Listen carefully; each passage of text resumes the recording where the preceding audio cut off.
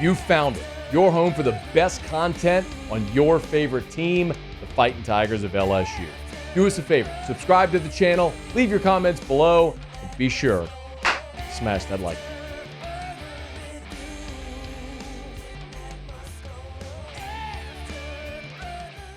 Well, LSU is continuing its search for help at defensive tackle. The field is narrowing, but LSU is still plowing on. We know, of course, Philip Bleedy from Indiana picked Auburn. It was early in the process. And then last week, we learned about Bleedy. We learned about Dominic Williams picking Oklahoma, Simeon Barrow picking Miami. So the top three targets that LSU is after off the board, how would they then sort of reassess their attention? Well, one of those prospects was C.J. West, and I say was in the past tense because C.J. West has made his decision. The Kent State defensive lineman announced today on Wednesday that he is transferring to Indiana. So made that commitment announcement earlier today, led to much melt from LSU fans on Twitter alike. But we talked about this situation with C.J. West. There are some real significant hurdles, namely, could LSU even get back in the mix for C.J. West as they really redirected their attention to Williams and Barrow? And then with West, the other component, as we've talked about, is there's an academic issue there where if he graduates, it wouldn't be until August. So could you really, hang this hope and a prayer on a guy that might graduate in August? In best case, he graduates in August, then shows up at the start of the fall semester, having missed spring and all of your offseason workouts. That's a real challenge. So maybe the best of the remaining players, but how could you really feel good about maximizing him this year? I think there were some real challenges there with C.J. West. Well, Brian Kelly, has said pretty candidly that they're targeting defensive tackle. We played the clip for you a bunch. He really feels great about Jacoby and Guillory as one of the starters. They were looking for the other starter, and I don't know that guy is out there, but are they still looking for reinforcements? And apparently the answer is yes. So a bit ago, there was an offer that went out. So it had tipped to Wilson Alexander because he's the one who I saw first retweet this, but it's from JVR Suggs. JVR Suggs is a defensive lineman from Grand Valley State. Remember, that's in Michigan where Brian Kelly used to coach. He tweeted out earlier today on Wednesday, blessed to receive an offer from LSU. So LSU has offered JVR Suggs. I hope I'm saying that right. And if you're curious, I always kind of look at, all right, well, who else is interested? And I can't tell you I know a thing about JVR Suggs, but his list of portal offers include Arkansas, Florida State, Kentucky, Michigan, USC, Wisconsin. That's his final six.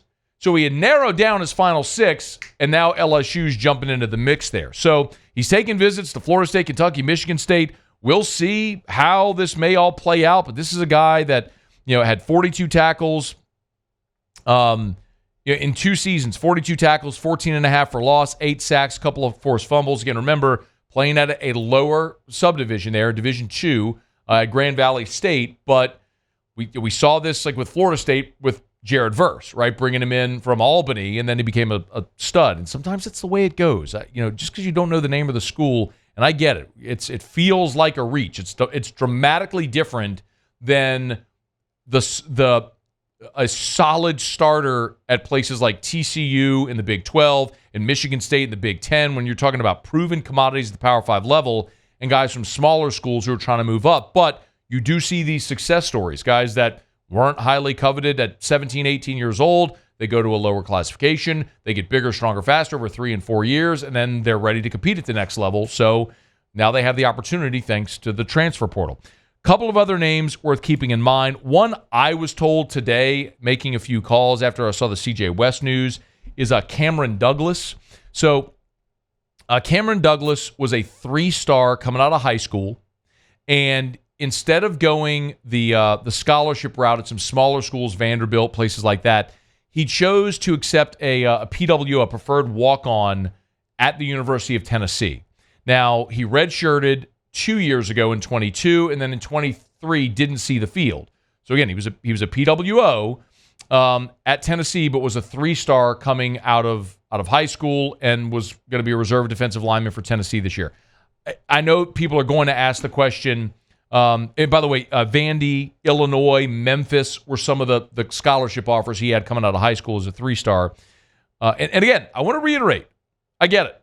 Like, we're not talking about star players transferring in, but if you're looking to supplement here, these are your options. He is 6'2", 310, so a big body on the interior. People have asked how this could be possible considering he's at Tennessee and could he transfer within the league. A couple things. Number one, the fact that he's not a scholarship player at Tennessee could factor in that. The other thing that I was told earlier today was that he actually entered in the first portal window, and so he never committed anywhere. So he entered in the first portal window, did not go through spring at Tennessee, but just still hasn't committed anywhere. I don't know that LSU is offered, but I was told that name today as someone that LSU is pursuing and entertaining at this point. And the last name that we know as of right now is Aiden Huntington. Shea Dixon was on with us on